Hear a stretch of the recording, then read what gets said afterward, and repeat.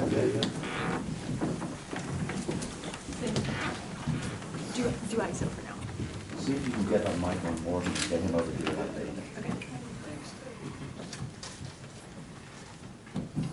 Hello. Good to see you all this afternoon. I'm going to get out of the way fairly quickly today and let our experts provide the real substantive update. But I will share just a few things and then I'll set the stage for their remarks.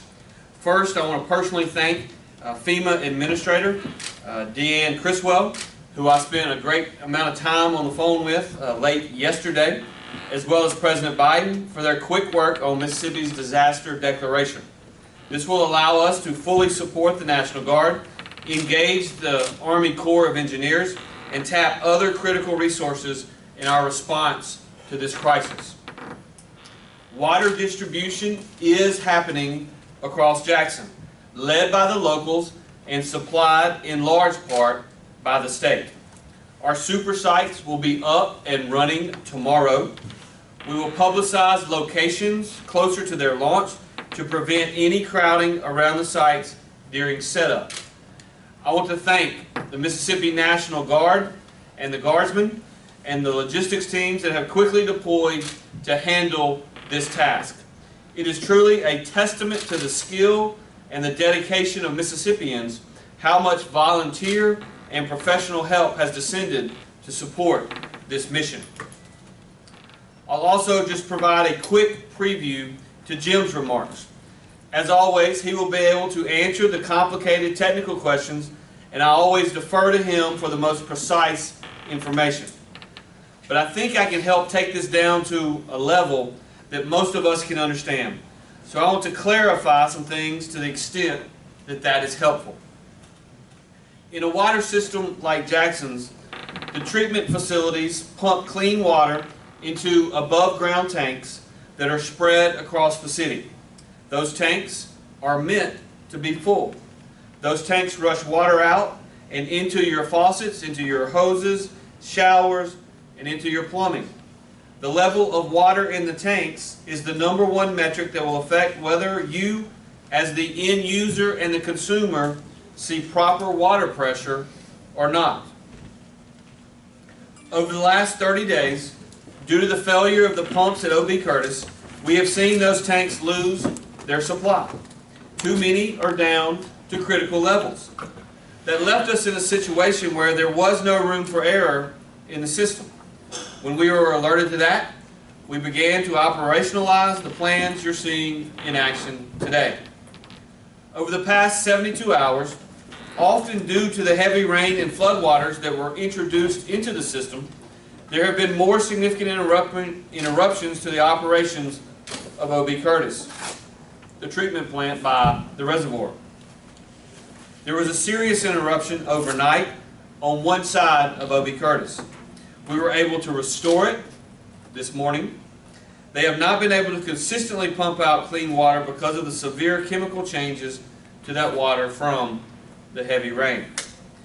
In a perfect world, with properly operating technology and full tanks, that's not a problem. The city has the ability to temporarily slow plant operations and let the consumer use the water that is already in the tanks. But because the city has not been able to fill those tanks, you are seeing interruptions to the consumer every time there is an interruption at the plant. We were lucky, as I said yesterday, we were lucky that yesterday we were able to function without many interruptions as the state team got their arms around the problems that we face at the treatment facility. However, there is still a tremendous amount of work to be done. Today, there are interruptions in the system that are causing low pressure and in some instances no pressure for Jackson residents. That's not good, because none of this is good. But it is often a sign that work is being done in the facility and that progress is being made. We are flushing bad water out of the system and making mechanical improvements to prevent an even more catastrophic failure. And until we get the above ground tanks back to an adequate level, that will cause poor water pressure at times. In the past 48 hours, we've installed a new rental pump, contracted with outside operators to do critical maintenance, and started other emergency repairs. We're going to need electricians and mechanics and divers and other skilled operators to complete all of this work. It's happening at a pace and a level of professionalism that I am personally very grateful for. The state's experts are in command at O.B. Curtis, assessing the system's needs and fixing the problems they identify. I'm here to make sure they get what they need and that we go as quickly as we can. I do want to be clear and set expectations that there will be future interruptions, including the one today. They are not avoidable at this point, and they will be as limited in time as we can possibly make them. Our immediate priority is to have running water, even temporarily sacrificing some quality standards where we absolutely have to fulfill basic sanitary and safety needs. That means we continue to emphasize, do not drink the water from the pipes if you can avoid it. Boil it if you must use the water. I also want to just tell the people of Jackson, we are with you. We are doing everything in our power to restore clean, reliable water through the pumps. In the meantime, we have hundreds of people working to distribute water in the state and in the city. For example, starting tomorrow, we will have Mississippi National Guard personnel deployed. Those deployments will include 600 guardsmen, 123 vehicles, bulk water distribution, bottled water and hand sanitizer distribution. We will also employ the services of the Mississippi Forestry Commission to help with their incident management assistance team at the staging location, and we will also employ at least 32 members of the Mississippi Department of Public Safety and their law enforcement team to help with the distribution. I know it's not easy, nor is it fair that any of you have to deal with this. In fact, it's a tremendous burden that you as citizens should not have to shoulder. But we are here to serve you, to work for you, and to fix the problems that have been created. I never want to hide problems. I want to fix them. That's my commitment, and I can assure you it's what the entire team is dedicated to every single hour of every single day. With that, I'm going to turn it over to Jim. Thank you, Governor. First, I want to just reiterate something the Governor said about progress. You know, we talked yesterday that there could be opportunities for setbacks. Today, we did experience a setback in the O.B. Curtis plant. I would like to also start by saying that it's so very important for us all to remember these dedicated operators that are working in all of the plants in the city right now, making sure that we have the water that we have. Today, when we started experiencing problems at O.B. Curtis, the operators and maintenance staff at Fuel, who also had some issues with maintenance this morning, were able to step up production to help assist in some of the pressurization issues. Also would like to reiterate that until further notice, only the water in the city of Jackson should be boiled. It should not be ingested and or drank unless it is boiled.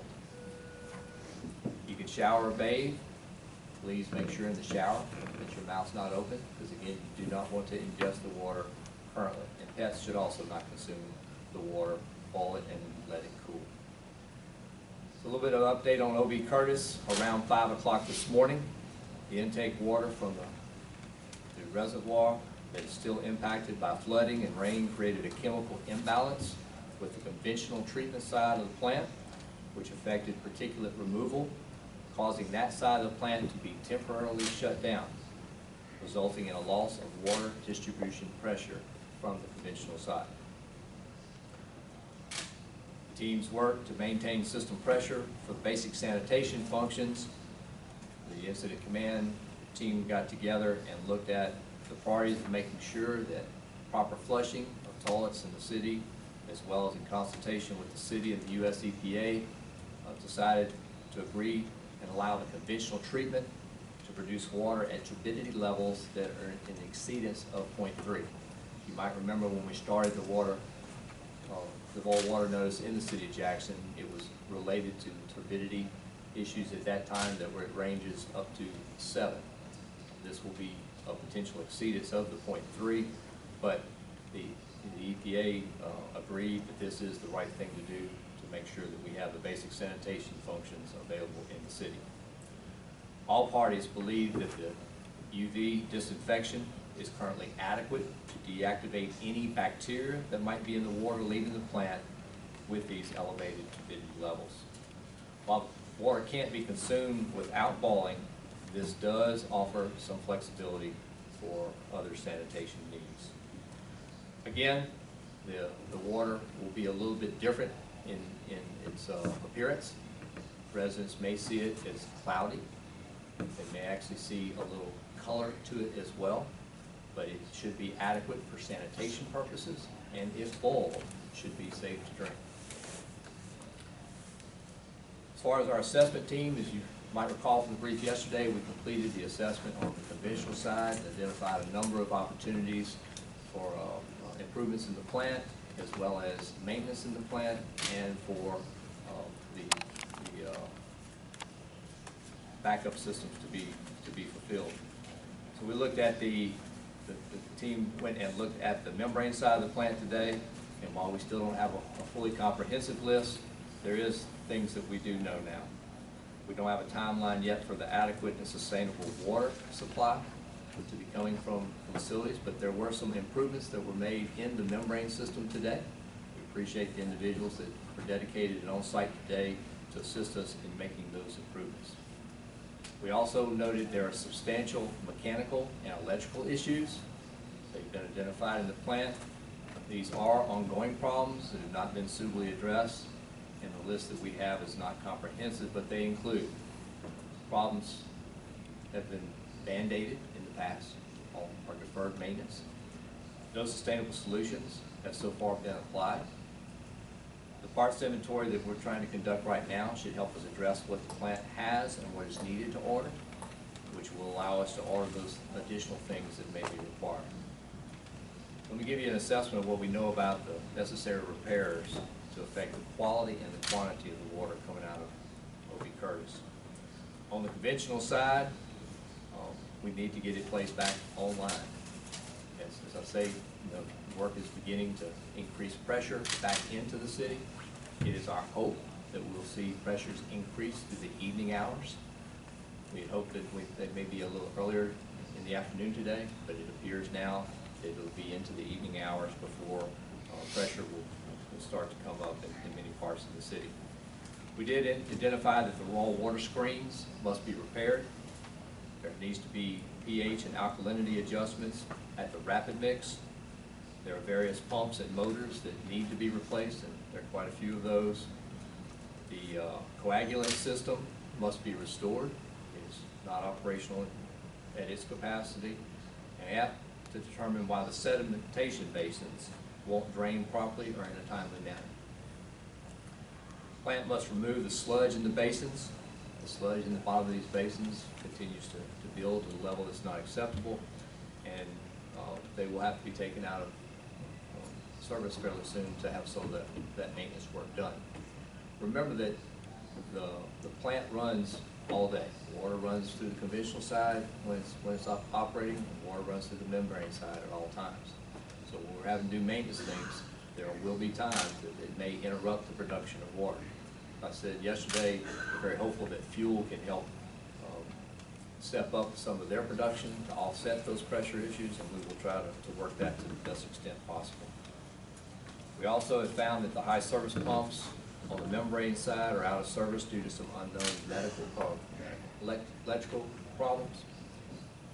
Again, this is not a comprehensive list of necessary repairs, but it is a starting point that the team has identified as a way to move forward. Again, I'd like to thank that dedicated team not only the health department folks and the MEMA folks and all the other responders that have been part of this, the Rural Water Association who stepped up to help us identify some potential resources to bring into the state. We continue to have a shortage of staffing at both the plants. As we identified, there's additional operators are needed and many additional maintenance staff that need to be brought into both of these plants. We did get some traction today with some interest in some of the out-of-state partners that may be able to bring some resources to the state to help with that, and we'll continue to work those issues again tomorrow.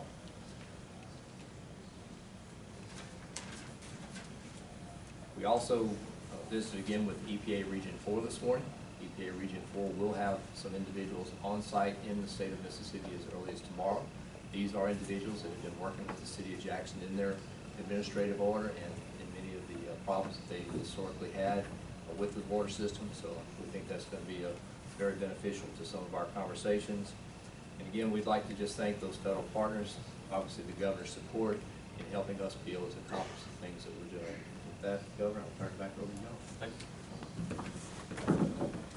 Thank you, Jim, and I'll just reiterate that this has been, over the last 48 hours, a very large cooperative effort at the Incident Command Center with both local and state officials.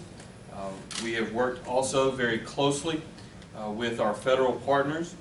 I had a very good conversation with the vast majority of the members of our congressional delegation earlier today to update them on where we were in the process and to also thank them for their support in helping marshal federal resources to this particular effort.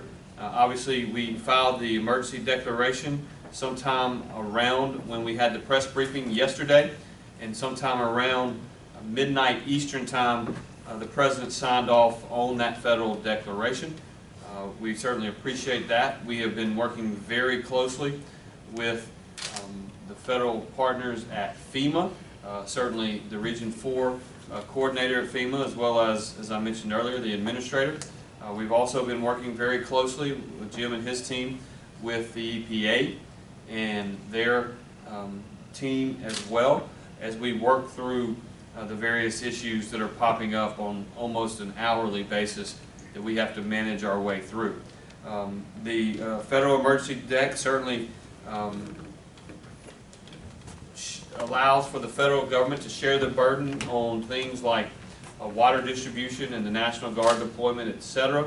It also allows us to utilize the EMAC system to get additional help from an operator standpoint, staffing, etc., into the facility to coordinate and cooperate and work with the operators that are currently in the facility that Jim and his team have been working with over the last 48 hours. So at this time I'm going to ask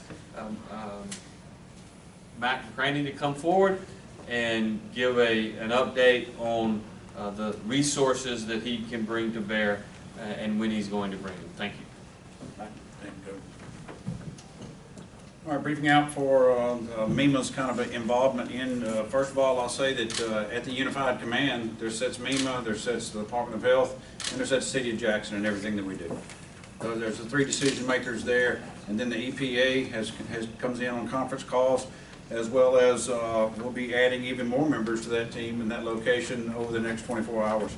So the Corps of Engineers, because we got the declaration signed last night, I was talking to the governor late in the night, maybe early morning. They're going to be here at 9 o'clock in the morning. I've got a pump assessment and a motor assessment team that's coming in.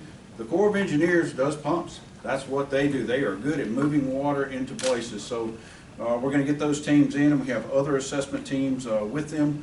And they bring in a purchasing arm and finding those materials, finding those things as we find ourselves in an older motor pump type search system. What can fit, and how can we put that in there? So bringing all that together, the Rural Water Association, I can't brag enough on them. They have put out the request that we've vetted out there. So I've got some folks to be here from Florida on Saturday.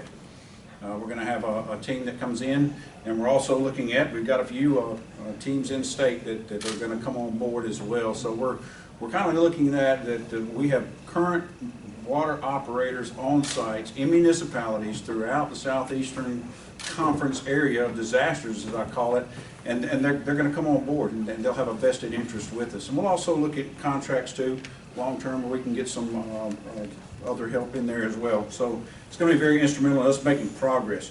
So super pod sites, the mega sites are going to come on board tomorrow. We've got a 12 o'clock start time. The National Guard is currently staging some of those now. They're getting supplies on site for traffic signage, safety, and everything else. We're also getting our state supply site ready where we can bring in those 18-wheelers so we can keep feeding those.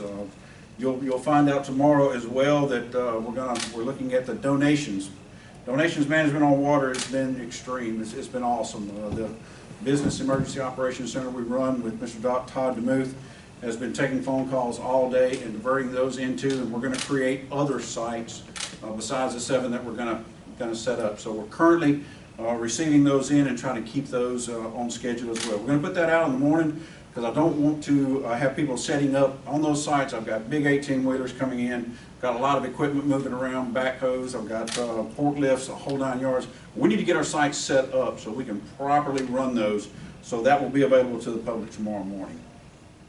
We spent roughly about $8 million so far, and that's on water, personnel, contracting, and the things that we need to do to get to move very quickly. So that's kind of what we've spent up to this moment, but there will be more. MEMA and MSDH, along with City of Jackson, daily command briefs. And if you looked on our website yesterday and you went on to the msema.org, Jackson City Water Crisis tab, right at the bottom is a roll-up of everything that we did all day yesterday. Same thing will happen today. Everything we accomplished, everything that we have a misstep on and it goes backwards, we're going to identify it and we're going to put it out there because we want the public to know. We want you to know and to be informed about what we're doing. So at the last is donation management is doing a great job. That is something we've turned on at this time. So if you need help getting bottled water, I had some comments yesterday and they said that the distribution sites were out of water. Well, you got pop-up distribution that happened, and that's some local entity that wants to pull up into a parking lot somewhere and they have 10, 20 cases, and when they're out, they're out. But I guarantee you the state of Mississippi is not out of water right now. I've got trucks here. I'm restocking folks with water, and tomorrow we'll be pouring out even more water. So the state government sites, they're not out. That was a false claim, and but individuals and companies and whatever that want to do, Lowe's today and some other folks were giving away as much water as they had, and when they were out, they were out. Okay, they're not restocking. I have a system where I'm restocking each one of the sites that the state runs and that the city's been running, so we're not going to be out. So that was needs to be corrected. The governor already addressed how many National Guard personnel are going to be here, the state staging area, and an incident management team. I've also got the federal coordination officer, the federal coordinating officer coming in. He's actually supposed to be on site within about the next 15 minutes, and he'll get the same brief that you're getting now. We've been catching him up during the day, and so our federal partner is here on the ground. I've been talking with Region 4 leadership as well, and so we've got EPAs on site because of that order. The Corps of Engineers are going to be on site because of that order. Civil engineering and pump specialists will be here. Folks from Florida are going to be here on Saturday to work on it. All that is part of the partnership of FEMA, MEMA, the state of Mississippi, the city of Jackson, all of us being able to assess where we are, what we need to bring those assets in. Governor, that's all I have at this time, and I'll wait for any questions. Thank you, gentlemen. Appreciate all of your hard work, and appreciate the hard work that's being done at O.B. Curtis, at Fuel, to keep it not only operating at what was optimal level, but also surging up at Fuel, which is going to help from a quantity standpoint. We continue to try to dial that particular facility up, and we'll continue to do so. So with that, I'll open the floor to questions. We'll start over in the far right. Scott. Governor, where do we stand on the actual pumps? How many pumps are not operational? We heard 2 were down and a third was on the verge of collapse. You brought in the temporary, but where do we stand on the main pumps? So as you might imagine in a water plant, there are a lot of different pumps. So the raw water pumps were the ones that we talked about the two pumps that are feeding into the conventional side of the pump, or to the conventional side of the treatment plant. So the one that was put in today, the temporary that we got out of Florida, came in during the night. There was a crew there this morning at 8 o'clock to actually get the crane to put it in place and get it hooked up.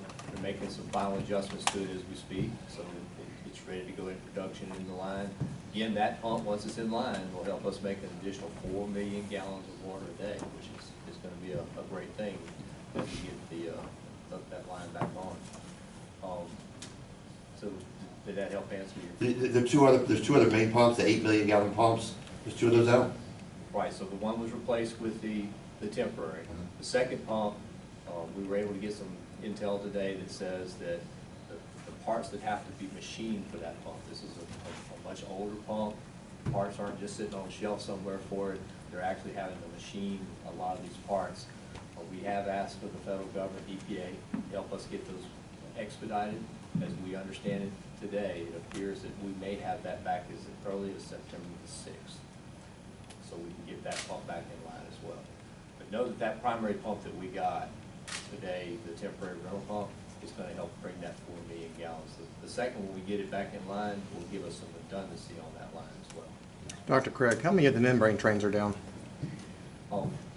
Today, thank goodness, we had 2 down before today, but today we were able to get one of those trains back up, so there is only 1 train that is currently down. And could you explain to the public the importance of the water, of the tanks?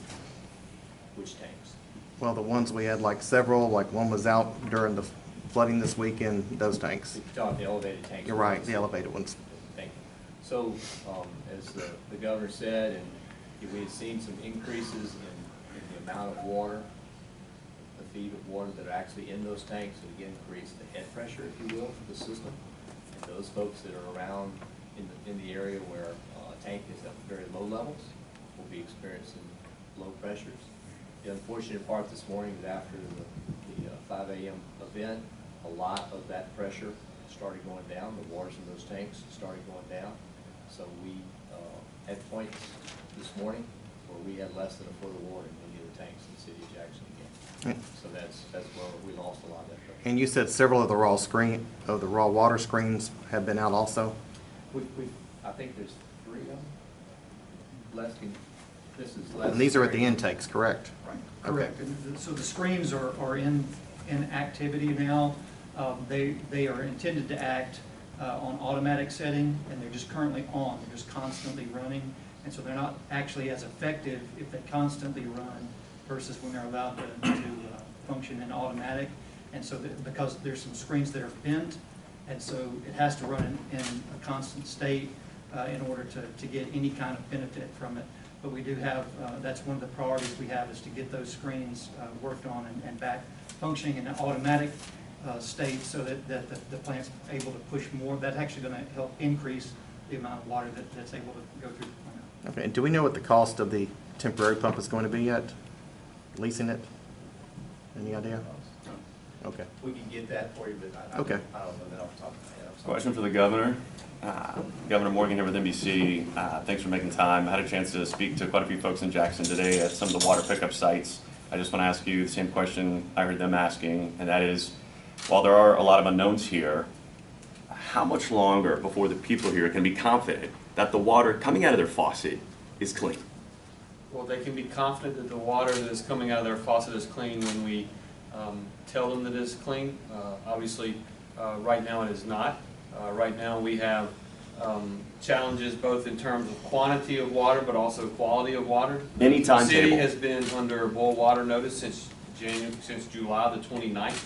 And so as we work to fix the problems inside the plant, we are hopeful that we will be able to increase the quantity of the water, which will ultimately get the tanks more full and ultimately lead to a scenario in which we can do the proper testing and actually produce clean water, but we're not there yet. And I don't think we can give you a time frame at this time. Do you have a goal date for yourself? Well, my goal date was today, but that's not realistic, and it's not something that we are, given the situation that we inherited, that's not something that's going to happen. Clearly, as we make progress on the various pumps, as we make progress on the O.B. Curtis facility, we have reason to hope as we move into early next week and get this additional pump back to, that was taken out of the plant some 3 to 4 weeks ago, back inside the plant.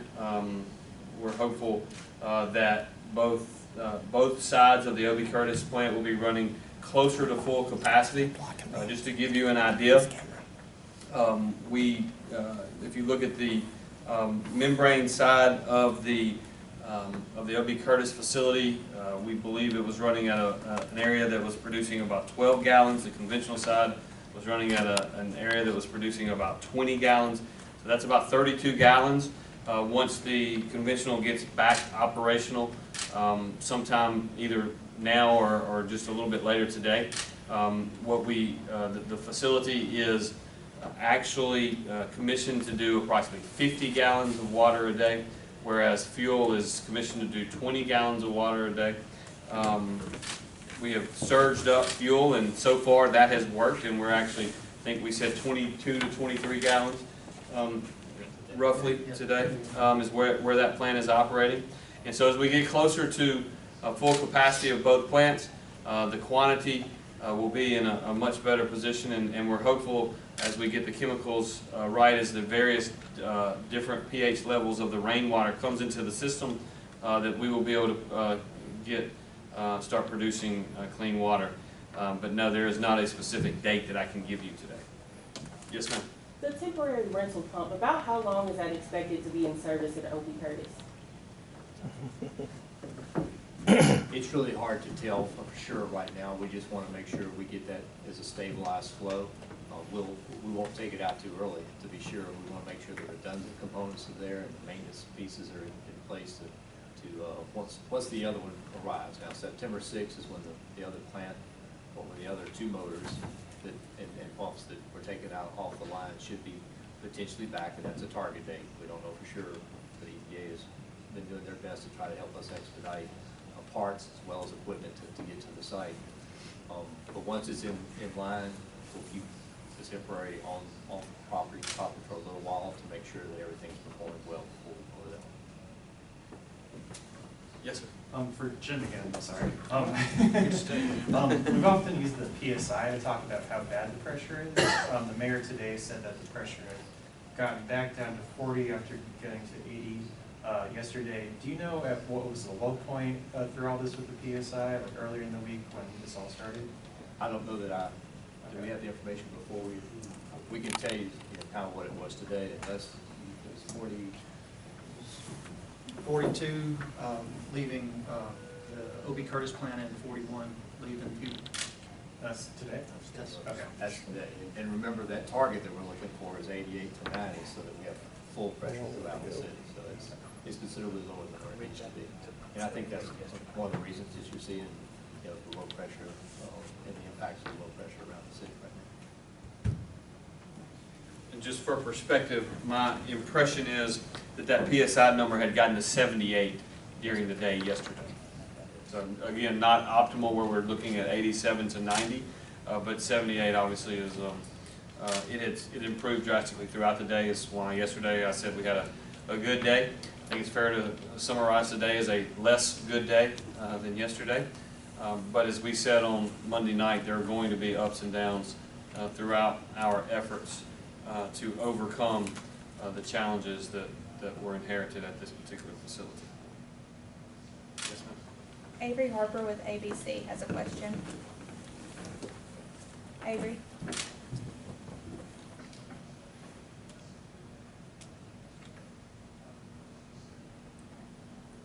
Provide safe drinking water to residents through the bipartisan infrastructure law. Where has that money gone, and what do you say to folks who look at the deterioration of water infrastructure in Jackson and say it's the result of environmental racism? I don't know that I heard the entirety of your initial question, but I will attempt to answer it with respect to the ARPA funds. The state of Mississippi received the American Rescue Plan funds The city of Jackson received approximately $42 million. Hinds County received approximately $45 million, if I am remembering my numbers correctly, so roughly $90 million received by the city and the county.